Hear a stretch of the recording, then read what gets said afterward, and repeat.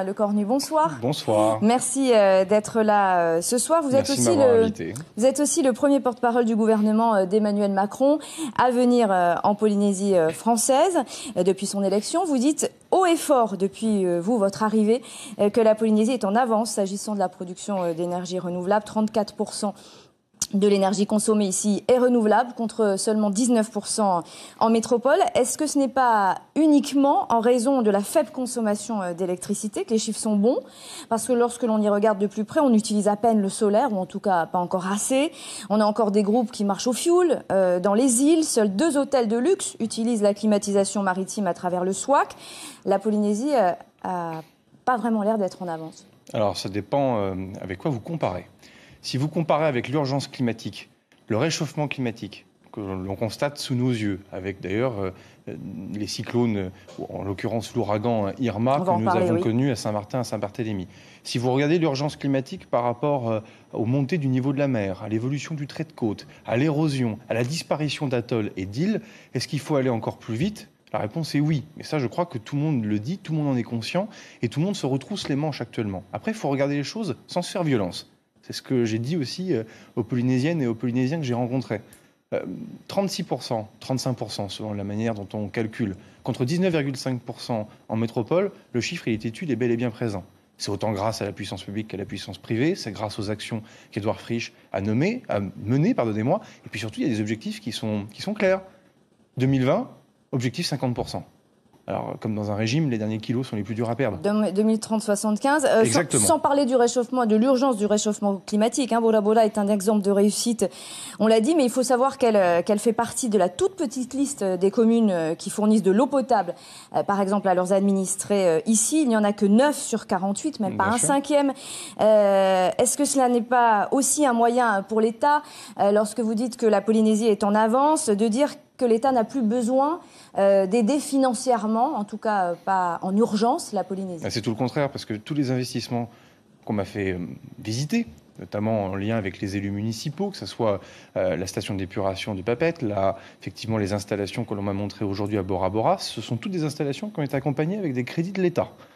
Des fonds de l'ADEME, des fonds exceptionnels d'investissement, des crédits ou des lignes du contrat de projet. Ça, c'est le passé, mais pour l'avenir, est-ce que l'État s'engage à aider les communes à se mettre aux normes du CGCT? Je ne suis pas venu ici en Polynésie française pour expliquer qu'il y avait une urgence climatique et qu'il fallait désormais se croiser les bras et arrêter de mener nos efforts. Parce qu'on sait bien que l'indépendance énergétique a un coût. Cela va de 3 milliards pour le SWAC de l'hôpital à 30 milliards pour le projet d'énergie thermique des mers qui est porté par le grand groupe industriel, vous savez, DCNS.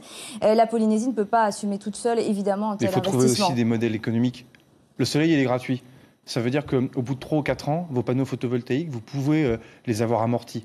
L'énergie hydroélectrique, je suis allé visiter un des plus grands barrages de la Polynésie française. Là aussi, les écoulements de l'eau naturelle, c'est gratuit.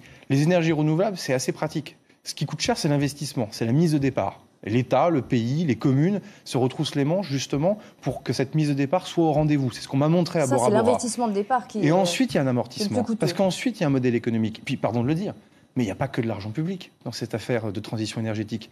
Il y a aussi des efforts qui peuvent venir du privé. Regardez l'écomobilité. C'est ce que vous disiez d'ailleurs, vous êtes pour l'ouverture à la concurrence. Les voitures électriques, il y a besoin d'un bonus-malus que l'État met en place, en l'occurrence en métropole. Pour autant, ce n'est pas le ministre de la Transition énergétique qui va inventer de nouveaux moteurs. C'est Renault, par exemple, avec Zoé. C'est Volvo qui annonce en 2019 qu'ils arrêtent leur moteur thermique. Je lis bien évidemment la production d'électricité avec cette question de la mobilité. Il faut mettre tous les acteurs autour de la table, y compris les acteurs privés. J'en ai rencontré pendant ces jours.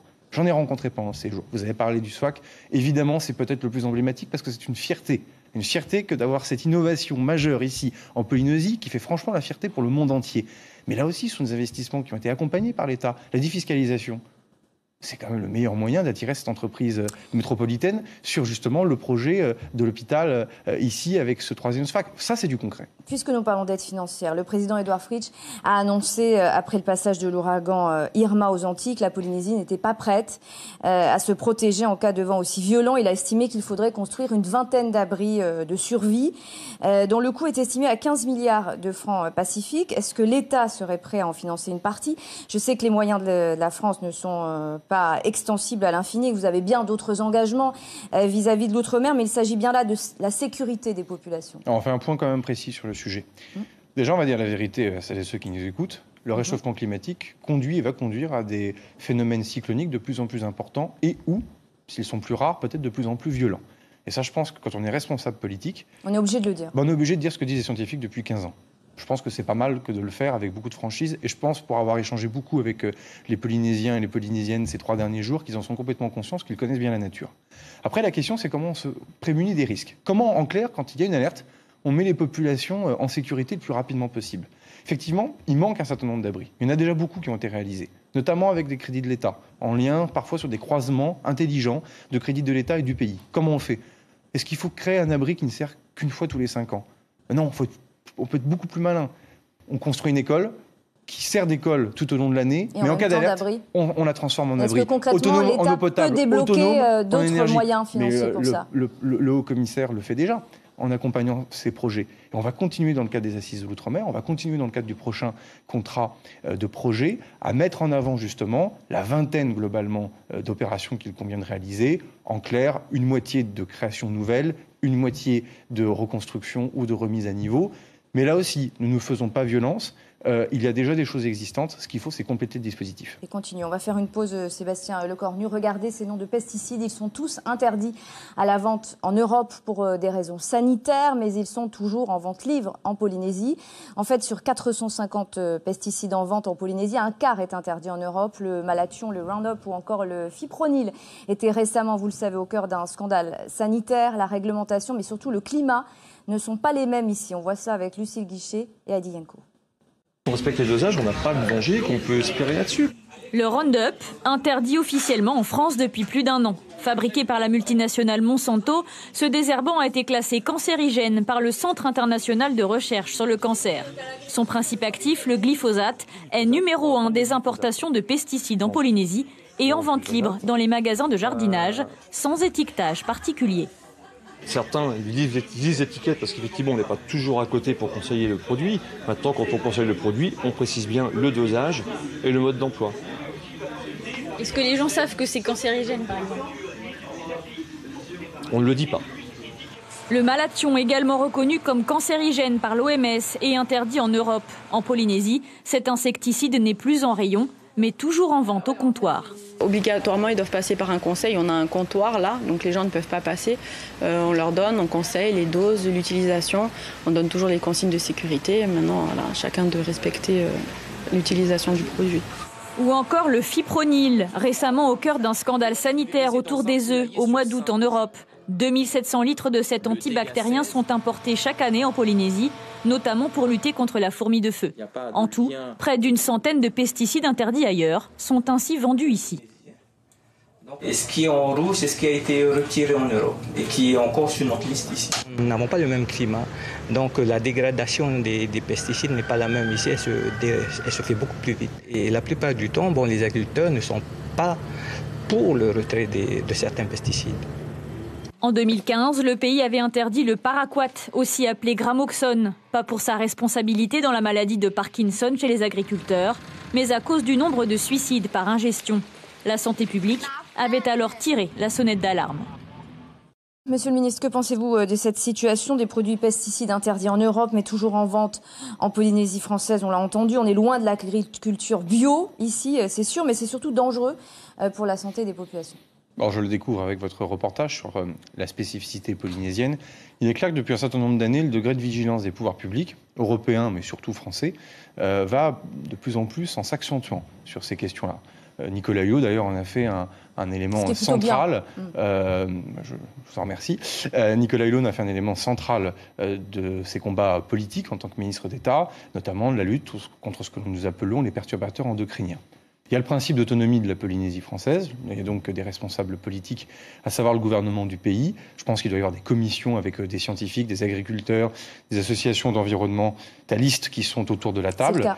Et donc, il faut qu'ils arrivent à en débattre pour trouver la solution la plus adaptée au territoire. On parlait de la sécurité des populations. Elle passe aussi par la réhabilitation des anciens sites militaires. L'État a investi 10 milliards pour décontaminer l'atoll de Ho, ancienne base militaire pendant les essais. L'enquête sanitaire a montré qu'il y avait aujourd'hui plus de plomb dans le sang des habitants de Makemo que dans celui des habitants de Ho. Est-ce que l'État va malgré tout continuer de dépolluer dans les mois et les années qui viennent, de dépolluer quand même les sols contaminés par les métaux lourds, vous le savez? Alors, le principe, c'est la dépollution des sites qui ont été occupés par l'armée. Jusqu'au bout. Mais le bout, c'est quand? Alors, le bout, ça peut effectivement prendre du temps en fonction des stratégies qui sont déployées. Il est clair qu'il y a déjà 10% des terres de Hao qui sont actuellement dépolluées. Maintenant, il faut que le pays, l'État, donc les armées, mais également le haut-commissaire, se mettent autour de la table pour définir 2 stratégies. La première stratégie, elle est technique, comment on s'y prend. Et ça, c'est pas un ministre sur un plateau qui peut avoir la réponse comme ça tout seul. Et puis, bien sûr, une réponse financière, puisque ce genre de traitement de sol peut prendre non seulement un tout petit peu de temps dans la technique, mais également un peu d'argent. En tout cas, le principe, je le remaintiens ici, c'est bien évidemment de trouver une solution.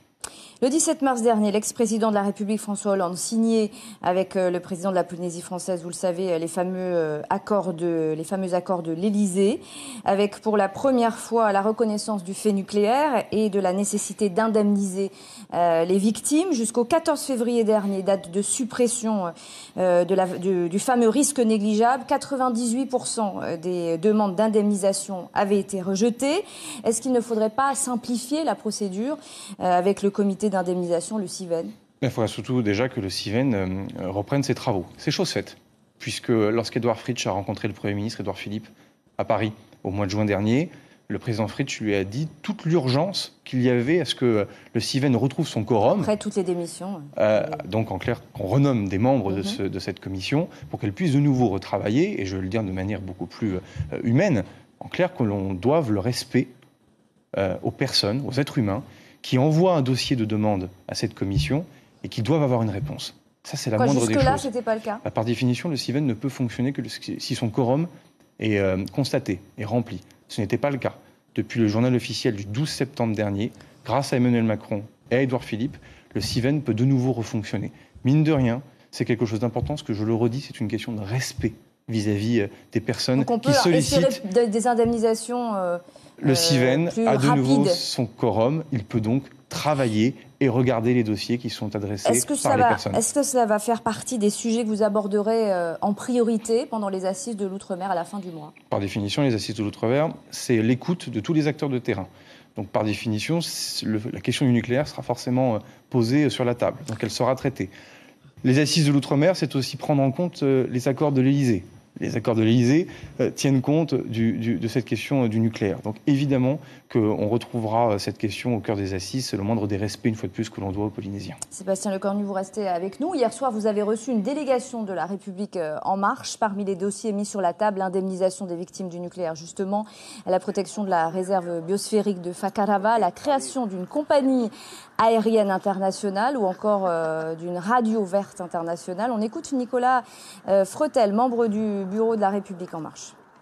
On a reçu une écoute très attentive et on a eu un échange d'une franchise extraordinaire. Le sujet, j'allais dire, incontournable, qui est le nucléaire et sur la question du CIVEN, on a pu faire des propositions autour d'une radio qui pourrait rayonner dans le Pacifique sur les questions d'environnement, de développement durable, puisque c'est un vrai enjeu aujourd'hui avec le réchauffement climatique, avec les problèmes qu'on voit d'ouragans. Donc il y a une écoute, il y a quelque chose qui se passe aujourd'hui sur les questions d'environnement, c'est évident. Sébastien Lecornu, qu'est-ce que vous attendez des représentants de la République En Marche, ici, en Polynésie française? Qu'ils relaient la parole et l'action du chef de l'État. Là où je me déplace, quand j'en ai le temps, c'est aussi pour ça que je souhaite ces déplacements qu'on peut qualifier de longs, je reçois tous les acteurs de la vie locale. Le monde économique, le monde social, le monde culturel quand je le peux, les chefs de service de l'État. Et à chaque fois, là où je le peux, j'essaie de prendre du temps pour celles et ceux qui ont participé à l'aventure d'Emmanuel Macron dans sa victoire à la présidentielle. C'est le moindre des respects que je dois à ces militants. Je suis un ministre d'Emmanuel Macron. Et donc c'est pour ça que je les ai reçus. Effectivement, ils m'ont parlé d'un certain nombre de sujets ici en Polynésie française. Je leur ai expliqué un petit peu ce que nous étions en train de faire à Paris, comme je le fais ce soir d'ailleurs sur votre plateau. Et puis je leur ai dit aussi que bien sûr, président de la République, il attendait aussi que ses partisans continuent de faire la pédagogie de l'action du gouvernement. Continuent de militer en sa faveur. En tout cas, à la faveur aussi de l'action qu'il mène pour le redressement du pays. Vous avez eu l'air d'être plutôt complice avec le président du pays pendant votre court séjour. Vous avez passé du temps ensemble au Samoa. Comment définiriez-vous vos relations avec Édouard Fritch aujourd'hui? Extrêmement amical. C'est un ami, je ne m'en cache pas. Après, chacun est dans son rôle. Il est président du gouvernement, je suis ministre de la République. On est très respectueux de cela, parce que c'est un homme d'ordre. Moi aussi, le droit existe. Après, effectivement, nos relations sont amicales, même plus qu'amicales, dans des relations de confiance. Et j'essaie, modestement, par cette visite ministérielle, de ramener à Paris un certain nombre de préoccupations qui peuvent être les siennes dans le cadre des fonctions qu'il occupe. Je pense que c'est un accord, entre guillemets, amical et intelligent entre nous. Vous nous confirmez ce soir qu'Emmanuel Macron se rendra bien en Polynésie pendant son quinquennat? Le président de la République souhaite porter beaucoup d'attention aux Outre-mer. C'est aussi pour ça qu'il fait les assises de l'Outre-mer. Je crois qu'un de vos confrères lui a posé directement la question l'autre jour à Saint-Martin. Il y a répondu en disant qu'il souhaitait venir. En tout cas, je vais lui redire à quel point il sera bien accueilli ici, mais ça, je sais qu'il le sait déjà. Et je vous le redis, le président de la République a un attachement extrêmement profond, culturel, amical, humain avec les ultramarins. Donc quelque chose me dit qu'effectivement, il peut être bienveillant avec ce déplacement et ce voyage, à le faire le plus rapidement possible, en tout cas autant qu'un agenda présidentiel le permette de le faire. Sébastien Lecornu, merci beaucoup d'avoir été notre invité ce soir.